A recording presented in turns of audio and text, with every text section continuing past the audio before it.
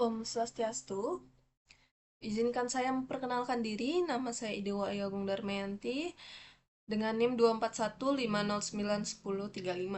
Di sini saya akan menjelaskan tentang pandangan hidup, tentang kehidupan, keyakinan, dan kesehatan. Lanjut di sini ada beberapa materi yang akan saya jabarkan. Yang pertama, manusia pertama menurut agama Hindu. Selanjutnya ada dasar keyakinan agama Hindu, sumber penyakit ditinjau dari agama Hindu, serta yang terakhir itu ada pengobatan atau usada dalam sastra Hindu dalam menghadapi penyakit fisik dan rohani. Sebelum lanjut ke materi, izinkan saya memaparkan pendahuluan. Jadi, agama Hindu merupakan salah satu agama tertua di dunia yang menawarkan pemahaman mendalam mengenai asal-usul manusia, keyakinan spiritual, serta pandangan terhadap kesehatan fisik dan jiwa.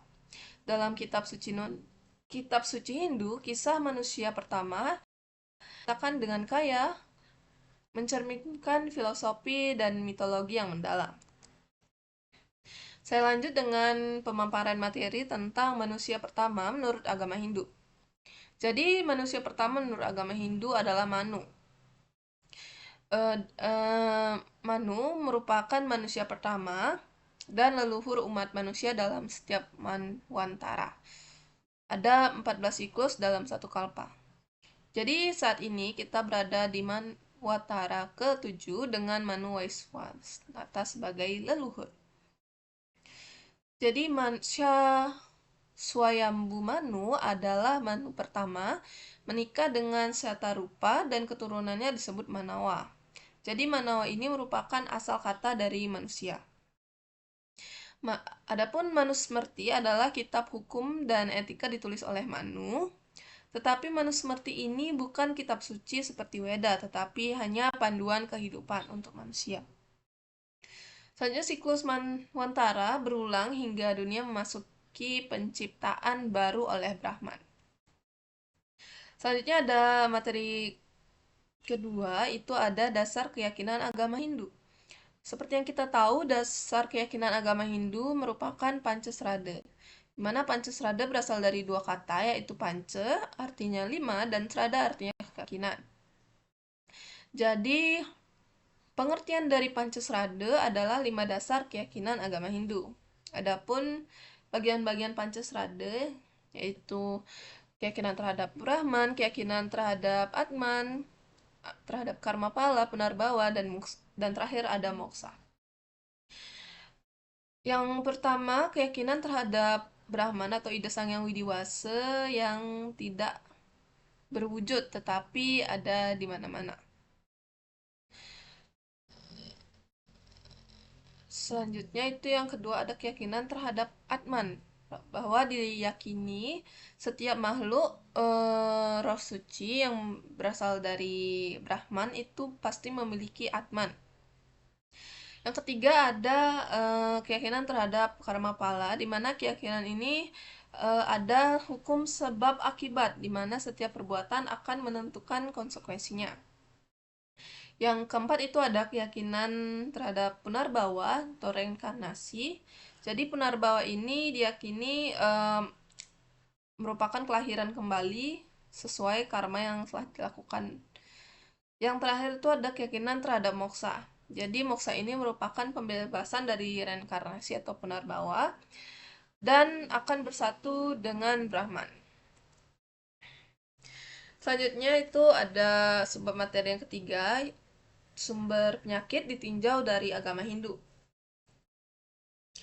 Jadi penyakit Hindu ini dipahami sebagai ketidakseimbangan fisik, ketidakseimbangan mental, dan spiritual. Jadi penyebab utama dari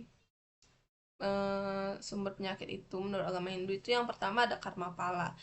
Jadi penyakit bisa berasal dari karma puru atau asubha karma di kehidupan sekarang atau sebelumnya. Yang kedua ada ketidakseimbangan triguna. Jadi triguna itu ada rajas, tamas, dan satwam. Nah, Ketidakseimbangan triguna ini bisa membuat stres jika didominasi oleh rajas, dan tamas jika didominasi oleh kemalasan dapat memicu penyakit. Nah, yang ketiga itu ada gangguan Pancamahabhuta. Pancamahabhuta itu merupakan 5 elemen. Jadi ketidakseimbangan 5 elemen, tanah, air, api, udara, ether, akan menyebabkan gangguan kesehatan.